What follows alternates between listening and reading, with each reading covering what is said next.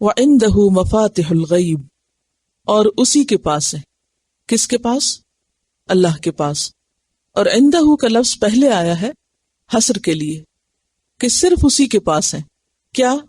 مفاتح الغیب، غیب کی کنجیاں. مفاتح کا لفظ جو ہے فتح سے ہے، فتح کا معنی ہوتا ہے کھولنا، اور مفتاح کہتے ہیں کنجی کو یا چابی کو، کی بند چیز کو کھولنے کا آلہ. مفتاح مفعال کے وزن پر اسم آلہ ہے.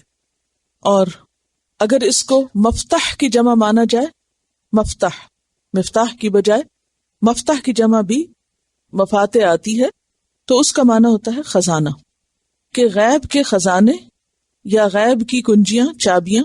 اور چابی کس کام کے لیے استعمال ہوتی؟ کسی چیز کو کھولنے کی. کہ جو چیزیں اللہ کے علم غیب میں ہیں ان کی جو کنجیاں ہیں وہ بھی اللہ کے پاس ہیں. لا یعلمھا، نہیں جانتا ان کنجیوں کو یا ان خزانوں کو، الا ہوا، مگر وہ خود ہی.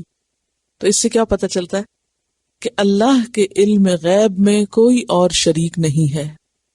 غیب تک جانا تو درکنار، جو راستہ اس طرف لے جاتا ہے، اس کا جو دروازہ ہے، اس دروازے کا جو تالا ہے، اس تالے کی جو چابی ہے، وہ بھی نہیں کسی کو پتا.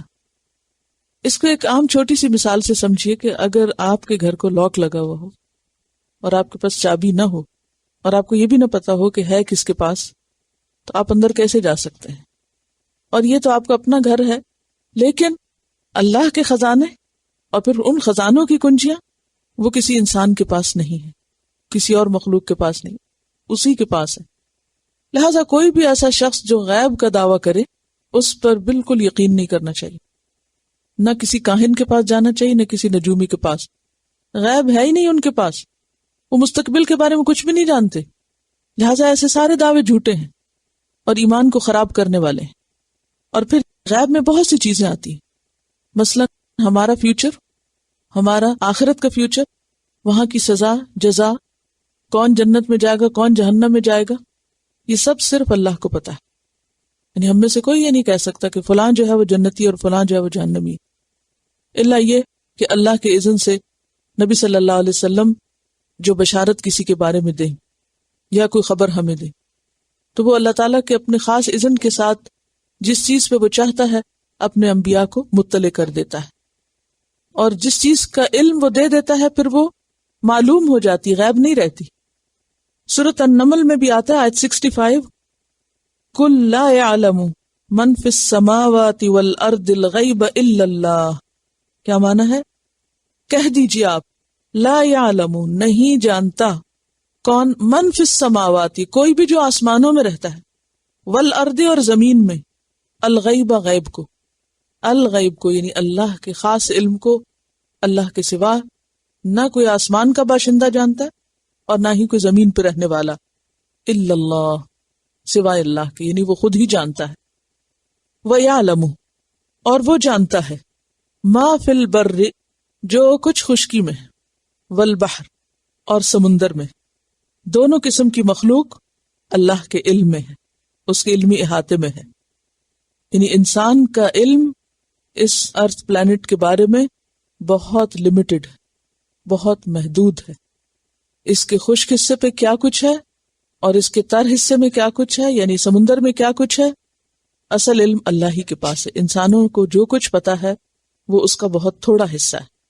وما تسقط من ورقۃ، اور نہیں گرتا، سقط یسقط کا معنی ہوتا ہے گرنا، ساقط ہونا، اور نہیں گرتا، من ورقۃ، کوئی پتا.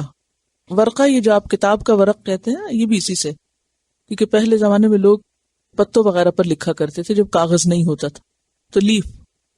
اب بھی آپ دیکھیں لیف لیٹ جو آپ بولتے ہیں تو وہ بھی اسی سے. من ورقۃ، کوئی پتا، الا یعلمھا، مگر وہ جانتا ہے اس کو. اور اب آپ دیکھیں گے منظر پتے گرنے کے، تو ان مناظر میں یہ آیت یاد رکھیے کہ وما تسقط من ورقۃ، کوئی ایک پتا بھی جو گرتا ہے، کوئی بھی ہو، چھوٹا ہو یا بڑا ہو، اور کہیں بھی گرے کسی بھی درخت سے، الا یعلمھا، مگر وہ اس کو جانتا ہے. یہ بات کیوں کہی گئی؟ صرف اس لیے کہ اللہ کا علم ہر چیز پر محیط ہے، اس کے علم کی وسعت کا اندازہ کرنے کے لیے اس مثال پر غور کرو. ولا حبتن، اور نہ کوئی دانا. دانا کس کو کہتے ہیں؟ یہاں حبہ سے مراد بیج ہے. کوئی بیج، کوئی دانا. فی ظلمات الارض، جو زمین کے اندھیروں میں چھپا ہوا ہو. اور آپ نے دیکھا ہوگا کہ جب ہوائیں چلتی ہیں اور پولینیشن ہوتی ہے، پولن گرینز ادھر سے ادھر جاتے ہیں، تو ہوائیں ان چیزوں کو اٹھائے ہوئے ہوتی ہیں جو انسانوں کو بعض اوقات نظر بھی نہیں آ رہی ہوتی، اور ایک زمین سے اڑ کے زمین کے دوسرے حصے پہ جا پڑتی ہیں اور پھر مٹی میں مل جاتی ہے، اور مٹی سے پھر وہ دوبارہ بارش ہوتی ہے تو اگ آتی ہیں چیزیں. تو یہ سب چیزیں اللہ کے علم میں ہے کہ کون سی ہوائیں کہاں سے کچھ اڑا کے کہاں لے جا رہی ہیں، زمین کے کس حصے پہ گرا رہی ہیں، اور وہ کس مٹی میں کس طرح گم ہو گئی ہیں، اور کس مٹی کی تہہ کے نیچے کیا کیا چھپا ہوا ہے. یہ سب اس کو پتا ہے. یہ بات بھی اللہ کے وسیع علم کی دلیل ہے. ولا رطبن، اور نہ کوئی تر چیز. ولا یابسن، اور نہ کوئی خشک چیز. یعنی کچھ زمین کا کچھ حصہ کیا ہے؟ رطوبت والا ہے، گیلی مٹی ہے، اور کچھ حصہ بالکل ڈرائی ہے، جیسے صحرا وغیرہ. صحرائی علاقوں میں آپ زمین کھودیں بھی تو خشک ریت اور مٹی ملے گی، لیکن کچھ علاقے ایسے ہیں کہ تھوڑی سی بھی آپ زمین ڈگ کریں تو کیا ہوتا ہے؟ تر زمین نکلتی. تو یہ سب بھی اس کے علم میں ہے. پھر اسی طرح تر سے مراد اگنے والی چیزیں بھی لی گئی ہیں، اور یابس سے مراد نہ اگنے والی چیزیں، یعنی وہ چیزیں جو گرو کرتی ہیں اور وہ چیزیں جو گرو نہیں کرتی، وہ ساری کی ساری الا فی کتاب مبین، مگر ایک کھلی کتاب میں ہے. اور یہ کھلی کتاب کون سی کتاب ہے؟ لوح محفوظ. یعنی لوح محفوظ میں، اللہ کے رجسٹر میں، ریکارڈ میں تمام کی تمام چیزیں لکھی ہوئی ہیں، موجود ہیں، جن کو وہی جانتا ہے. اللہ کے علم غیب کے بارے میں سورۃ لقمان کی آیت 34 بھی بہت اچھی طرح وضاحت کرتی ہے، جس میں آتا ہے ان اللہ عندہ علم الساعہ، کہ بے شک اللہ تعالیٰ ہی کے پاس ہے قیامت کا علم. وَيُنَزِّلُ الْغَيْثَ، اور وہ اتارتا ہے بارش. وَيَعْلَمُ مَا فِي الْأَرْحَامِ، اور وہ جانتا ہے رحموں میں کیا ہے، یعنی ماں کے پیٹ میں کیا ہے. اور نہ صرف یہ کہ انسان بلکہ جتنے بھی مادہ ہیں. وَمَا تَدْرِي نَفْسٌ، اور انسان نہیں جانتا ماذا تکسب غداً، کہ وہ کل کیا کرے گا. آج آپ میں سے کوئی نہیں جانتا کہ اس کا کل کا دن کیسا گزرے گا اور کل کیا ہونے والا ہے.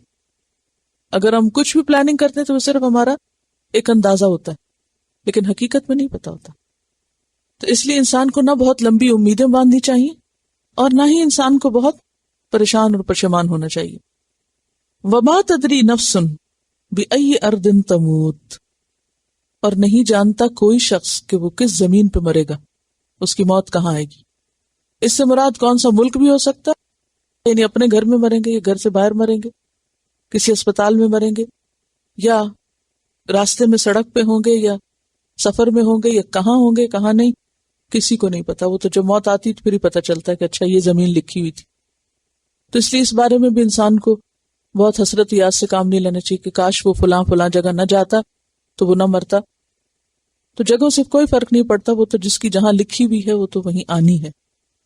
اس آیت سے ہمیں کیا پتہ چلتا ہے؟ 2 باتیں.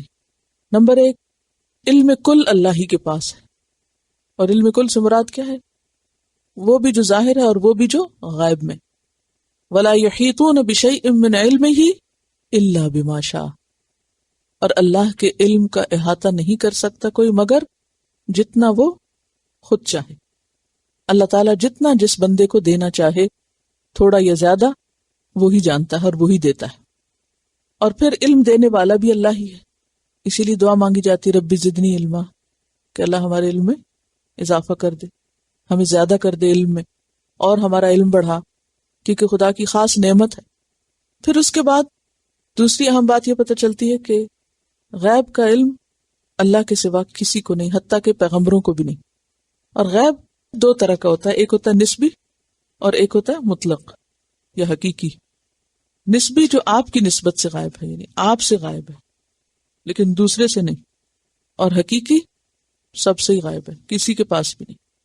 تو اب آپ دیکھیے کہ بعض لوگ یہ سمجھتے ہیں کہ کچھ انسانوں کے پاس غیب کا علم ہوتا ہے، لہذا کبھی وہ ایک در پہ جاتے ہیں، کبھی دوسرے پہ بھٹکتے ہیں، کبھی دوسرے پہ جاتے ہیں، کبھی تیسرے پہ جاتے ہیں، اور وہ کبھی ایک کاہن کے پاس، کبھی دوسرے نجومی کے پاس، کبھی نیک بزرگوں کے پاس، کبھی کسی کے پاس، کہ آپ تو جانتے ہیں، آپ کو پتا ہوگا یہ ہمارے ساتھ کیا ہو رہا ہے، یہ کیوں ہو رہا ہے، اور یہ کب ہوگا، آخر میرا کام کب تک ہوگا، یہ میری مشکل کب تک آسان ہوگی۔ اس قسم کی ساری باتیں شرک میں شامل ہوتی ہیں، اور یہ تصور بھی غلط ہے کہ کوئی انسان ہمارے مسائل کا حل جانتا ہے، اور وہ یہ جانتا ہے کہ جو کچھ ہماری بیماری یا کیفیت ہے اس کی کوئی غیبانہ خبر اس کو معلوم ہے۔ ہاں، آلات کے ذریعے کچھ معلوم کرنا غیب میں نہیں آتا۔ مثلا اگر کوئی حکیم نبض پہ ہاتھ رکھ کے دیکھے اور کہے تمہیں فلاں اور فلاں بیماری ہے، تو یہ غیب سے وہ نہیں بول رہا، تجربے اور مشاہدے اور اپنے علم کی بنیاد پہ بات کر رہا ہے، کیونکہ اسے ایک تجربہ ہو چکا کہ ہاں اگر پلپٹیشن اس طرح کی ہو تو اس کا مطلب یہ، اور اس طرح ہو تو اس سے مراد یہ بیماری ہے۔ اسی طرح اگر کوئی تھرمامیٹر لگا کے آپ کا بخار چیک کر دے تو وہ غیب نہیں ہے، کیونکہ وہ کسی ٹول کو استعمال کر رہا ہے۔ اسی طرح اگر خلائی سیاروں سے یا مختلف طریقوں سے موسم کا حال معلوم کیا جاتا تو غیب نہیں، وہ تو مشینیں بتا رہی ہیں، کیونکہ وہ ہواؤں کے رخ اور مختلف چیزوں کو اوپر سے دیکھ رہی ہیں، تو وہ بھی غیب نہیں ہوتا۔ اسی طرح اگر الٹرا ساؤنڈ سے ماں کے پیٹ میں دیکھا جا رہا ہے تو وہ مشین دیکھ رہی ہے، آپ تھوڑی دیکھ رہے ہیں، یا غیب کا علم نہیں ہے وہ بھی۔ اور اس میں بھی مشینیں غلطی کرتی ہیں، تو آپ نے کئی دفعہ دیکھا ہوگا کہ وہ ایکوریٹ نہیں ہوتا رزلٹ، اس میں غلطی کا 100% امکان ہو سکتا ہے۔ تو ایسے میں اس عقیدے کا درست ہونا بے حد ضروری ہے کہ انسان کسی کے بارے میں بھی، کسی نیک یا بد، اچھے یا برے کے بارے میں یہ توقع نہ رکھے کہ اس کو کسی کے دل کا حال معلوم ہے، یا کسی کی قسمت کا حال معلوم ہے، یا کسی کے اوپر گزرنے والے حالات کی کوئی خبر ہے، یا کل کی خبر ہے۔ نہیں، آپ صلی اللہ علیہ وسلم کے زمانے میں جیسے مختلف قسم کے کاہن ہوتے تھے کہ جنات ان کے پاس ہوتے، جنات جو ہیں وہ فرشتوں کی باتیں سنتے، اور اس طرح کوئی ایک آدھ سن گن لے کے 700 جھوٹ ملا کے تو لوگوں کو کچھ خبریں دیتے رہتے تھے۔ اور عموماً انسان کی ویکنس ہے کہ وہ اس قسم کی خبروں اور اس طرح کی گفتگو میں دلچسپی بہت رکھتا ہے، ایسی چیزیں اس کو اٹریکٹ بہت کرتی ہیں، اور یہ بھی ایک شیطانی وسوسہ ہوتا ہے۔ تو ایسے میں اس بات کا یقین رکھنا کہ غیب صرف اللہ کے پاس ہے، کسی اور کے پاس نہیں، حتیٰ کہ اللہ کے جو چنے ہوئے بندے ہیں، اور چنے ہوئے بندے کون ہیں؟ پیغمبر ہیں، یا پھر فرشتے بھی ہیں۔ نہ فرشتوں کے پاس غیب کا علم ہے، نہ پیغمبروں کے پاس ہے، نہ جنات کے پاس ہے۔ ٹھیک ہے، یہ تین مخلوقات ایسی ہیں نا کہ جن کو ہم سمجھتے کہ شاید ان کے پاس کچھ غیب کا علم، اور بعض لوگ پیغمبروں کے بعد اولیاء اللہ یا کچھ اور بزرگوں کے بارے میں بھی یہ سمجھتے ہیں کہ وہ دلوں کے حال جانتے ہیں۔ تو ایسی سب باتوں سے پرہیز کرنا چاہیے، کیونکہ اس سے ایمان خراب ہوتا ہے۔ جہاں تک فرشتوں کی بات ہے تو آپ کو معلوم ہے کہ پہلا مکالمہ جو آدم علیہ السلام کی پیدائش کے موقع پر فرشتوں اور اللہ تعالیٰ کے درمیان ہوا تھا، اور جب اللہ تعالیٰ نے فرشتوں سے کہا انبئونی باسماء ہؤلاء، تو انہوں نے کیا کہا تھا؟ قالوا سبحانک لا علم لنا الا ما علمتنا، ہمارے پاس علم نہیں مگر وہی جو آپ نے ہمیں سکھا دیا۔ جہاں تک جنوں کا تعلق ہے تو جنوں کے بارے میں، جنوں کا ایک گروہ جب اس نے نبی صلی اللہ علیہ وسلم کا قرآن سنا تو وہ بہت حیران ہوئے، اور جب آسمان پر سخت پہرے لگے تو اس وقت بھی وہ کیا کہنے لگے؟ اشر ارید بمن فی الارض، کہ ہمیں نہیں پتا کہ زمین والوں کے ساتھ کسی شر کا ارادہ کیا گیا ہے، ام اراد بہم ربہم رشدا، کہ ان کے ساتھ کسی بھلائی کا ارادہ ہوا ہے، کسی ہدایت دینے کا اللہ نے کوئی بندوبست کیا، ہم نہیں جانتے، ان کو بھی پورا علم نہیں ہوتا۔ سورۃ الجن کی آیت نمبر 26 میں آتا ہے عالم الغیب فلا یظہر علی غیبہ احدا، وہ غیب کا جاننے والا ہے، اپنے غیب پر کسی کو مطلع نہیں کرتا، الا من ارتضی من رسول، مگر رسولوں میں سے جس کو چن لے، اور رسولوں کو جو کچھ دیتا ہے وہ بھی محدود ہوتا ہے۔ اب جنوں کے علم کے بارے میں سنیے کہ وہ کتنا جانتے ہیں۔ سورۃ الجن کی آیت نمبر 5 میں آتا ہے وَأَنَّا ظَنَنَّا أَن لَن تَقُولَ الْإِنسُ وَالْجِنُّ عَلَى اللَّهِ كَذِبًا، کہ ہمارا گمان یہ تھا کہ انسان اور جن اللہ کے بارے میں جھوٹ بول ہی نہیں سکتے، یعنی کہ محدود علم کی طرف اشارہ ہے۔ پھر اسی طرح وہ کہتے ہیں کہ وَأَنَّا لَمَسْنَا السَّمَاءَ فَوَجَدْنَاهَا مُلِئَتْ حَرَسًا شَدِيدًا وَشُهُبًا، کہ ہم نے آسمان کو چھو کر دیکھا تو وہاں پر تو شدید پہرا تھا اور شہاب ثاقب گر رہے تھے۔ وَأَنَّا كُنَّا نَقْعُدُ مِنْهَا مَقَاعِدَ لِلسَّمْعِ، اس سے پہلے ہم وہاں پر کہیں نہ کہیں سنگن لینے کے لیے جگہ پا لیتے تھے بیٹھنے کی۔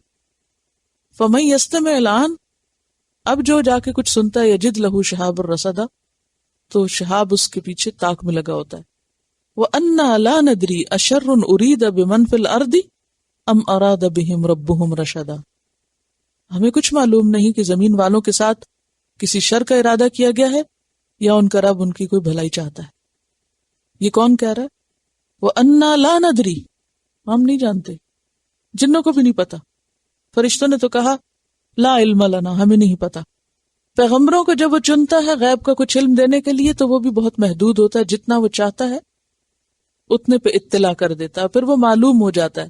لیکن کوئی شخص اگر یہ سمجھے کہ پیغمبروں کو غیب مطلق یا غیب حقیقی کا پتہ ہے تو یہ بات درست نہ ہوگی. کیوں؟ مثال کے طور پر آپ دیکھیں نوح علیہ السلام کو اللہ سبحانہ وتعالیٰ جب وہ دعا مانگتے ہیں تو سورۃ ہود کی آیت 46 میں کیا فرماتے ہیں؟ لا تسألنی ما لیس لک بہ علم، کہ نوح ایسی بات کا سوال نہ کرو جس کا تمہارے پاس علم نہیں. تو اس سے کیا ثابت ہوتا ہے کہ مخصوص اور محدود علم پیغمبروں کو بھی دیا گیا ہے. پھر اسی طرح اس کے بعد ہم دیکھتے ہیں حضرت ابراہیم علیہ السلام، جب ان کے پاس فرشتے آئے تھے خوشخبری لے کر، تو انہیں کیا پتا چلا تھا کہ یہ انسان ہے، یہ فرشتے؟ کھانا پکانے لگے، کھانا لا کے رکھ دیا، جو اس بات کی کھلی دلیل ہے کہ انہیں غیب کا علم نہیں تھا. وہ تو یہ بھی نہیں پہچان سکے کہ یہ انسان ہے، یہ فرشتے ہیں. جب فرشتوں نے کھانا نہیں کھایا تو پھر انہیں پتا چلا کہ اچھا، اس سے پہلے انہیں خبر نہیں ہوئی. پھر اس کے بعد وہاں سے جب وہ لوط علیہ السلام کے پاس وہی فرشتے گئے تو وہ بھی نہیں پہچانے. وہ انہیں دیکھ کے پریشان ہو گئے اور کہنے لگے کہ اب یہ تو میرے لیے ایک اور مشکل وقت آ گیا، اور قوم جو ہے وہ حملہ ہو جائے گی ان کے اوپر، تو کیا بنے گا؟ تو انہوں نے کہا انا رسول ربک، آپ فکر نہیں کریں، ہم تیرے رب کے بھیجے ہوئے فرشتے ہیں. پہلے تو وہ سمجھے ویسے ہی مہمان آئے، کوئی انسان آئے، لیکن پھر پتا چلا کہ یہ فرشتے ہیں. لن یصلوا الیک، وہ آپ تک نہیں پہنچ سکتے. پھر ہم دیکھتے ہیں یعقوب علیہ السلام، یوسف علیہ السلام کنعان کے کنویں میں تھے، قریب ہی تھے، کہیں کوئی پتہ نہیں چلا. بیٹوں نے آ کے جو کچھ بتایا اس پر صبر کر لیا، خبر نہیں. پھر کتنے سال یوسف علیہ السلام مصر پہنچ گئے، مصر میں رہے، اور وہاں پر کس کس مقام پہ پہنچے. اتنے سالوں کی کوئی خبر نہیں باپ کو، حالانکہ پیغمبر ہیں باپ. تو پیغمبروں کو بھی اللہ تعالیٰ ہر غیب پر مطلع نہیں کرتا.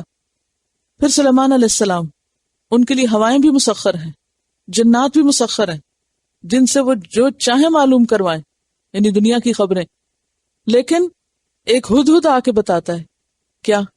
جی وہ کہتا ہے احطت بما لم تحط بہ، میں وہ خبر لایا ہوں جس کا آپ کو نہیں پتا. حیرت نہیں ہوتی؟ یعنی ایک انسان جس کے پاس وسائل نہ ہو وہ تو اور بات ہے. ان کے لیے تو ہوا مسخر تھی، پرندوں کی فوجیں مسخر تھی، چیونٹیوں کی زبان جانتے تھے، جنات مسخر تھے، ہر کام ان سے لیتے تھے. لیکن یہ نہیں پتا کہ قوم سبا جو 1500 میل دور ہے، وہاں پر لوگ کس کی عبادت کرتے ہیں اور کیا کچھ ان کے عقائد ہیں اور کس حال میں رہتے ہیں. تو ہدہد نے جا کے جو کچھ دیکھا وہ خبر لایا اور کہنے لگا احطت بما لم تحط بہ وجئتک من سبأ بنبأ یقین، کہ میں تمہارے پاس قوم سبا کی یقینی خبر لے کر آیا ہوں. پھر اس کے بعد آپ دیکھیے رسول اللہ صلی اللہ علیہ وسلم کے بارے میں ایک بات میں نے آپ کو بتائی تھی کہ حضرت ابو ہریرہ آپ کے پاس سے اٹھ کے گئے تو آپ کو نہیں پتا چلا کہ کیوں گئے، واپس آئے تو خود پوچھا بھی کیوں گئے تھے تم. اس کے بعد حضرت عائشہ پر جب الزام لگا تھا واقعہ افک، مہینے بھر کے لیے مدینہ کی فضا اتنی ٹینس رہی، آپ صلی اللہ علیہ وسلم انتہائی بے چین تھے، حضرت ابوبکر صدیق بے چین تھے، سارے ماحول کے اندر ایک بے حد پریشانی کی بات رہی، لیکن آپ کو نہیں پتا تھا. حتیٰ کہ اللہ سبحانہ وتعالیٰ نے آسمان سے وحی اتاری اور حضرت عائشہ رضی اللہ تعالیٰ عنہ کی برات نازل ہوئی. سورۃ النور آیت 26 میں آتا ہے اولئک مبرؤون مما یقولون، کہ یہ بری ہیں اس سے جو لوگ کہہ رہے ہیں. یہ سب باتیں کیا بتاتی؟ غیب کا علم صرف اللہ کے پاس ہے. خواہ پیغمبر ہوں، خواہ نیک لوگ ہوں، ولی ہوں، ان سب کو اللہ تعالیٰ جو چاہتا ہے دیتا ہے. اور ایک اور بات یاد رکھیے، جو انہیں ملا وہ سارے کا سارا پہنچا گئے. یہ بھی یاد رکھیے، دے گئے ہیں، کچھ بھی نہیں چھپایا انہوں نے. وہ جو بات ہو رہی تھی نا کہ لوگ اس لیے آپ صلی اللہ علیہ وسلم کی قبر پہ جاتے ہیں کہ وہاں کچھ آپ تقسیم کرتے ہیں، جو کچھ آپ کو تقسیم کرنا تھا وہ کر چکے ہیں، وہ دے چکے ہیں. یا ایھا الرسول بلغ ما انزل الیک من ربک کہ اے رسول صلی اللہ علیہ وسلم پہنچا دیجئے جو آپ کے پاس آیا آپ کے رب کی طرف سے، وَإِن لَّمْ تَفْعَلْ فَمَا بَلَّغْتَ رِسَالَتَهُ، اگر آپ نے ایسا نہ کیا تو آپ نے اپنے رب کا پیغام پہنچایا ہی نہیں۔ اور پھر حجۃ الوداع کے موقع پر کیا کہا تھا؟ اللہم اشہد، 3 دفعہ کہا یا رب گواہ رہنا، جو کچھ تو نے مجھے دیا میں نے لوگوں کو پہنچا دیا، کچھ بھی نہیں باقی چھوڑا۔ ٹھیک ہے، تو یہ سارے دلائل اس بات کا ثبوت ہیں اصل علم اللہ ہی کے پاس ہے اور باقی سب اس کی مخلوق ہے، اور سب کے لیے کیا حکم ہے کہ وہ علم میں اضافے کی دعا مانگے، مزید طلب کریں، رب زدنی علما۔ یہ کس کو کہا گیا؟ نبی صلی اللہ علیہ وسلم کو، وقل رب زدنی علما، آپ کہتے رہیے کہ اے میرے رب مجھے علم میں زیادہ کر دے، علم میں آگے بڑھا دے۔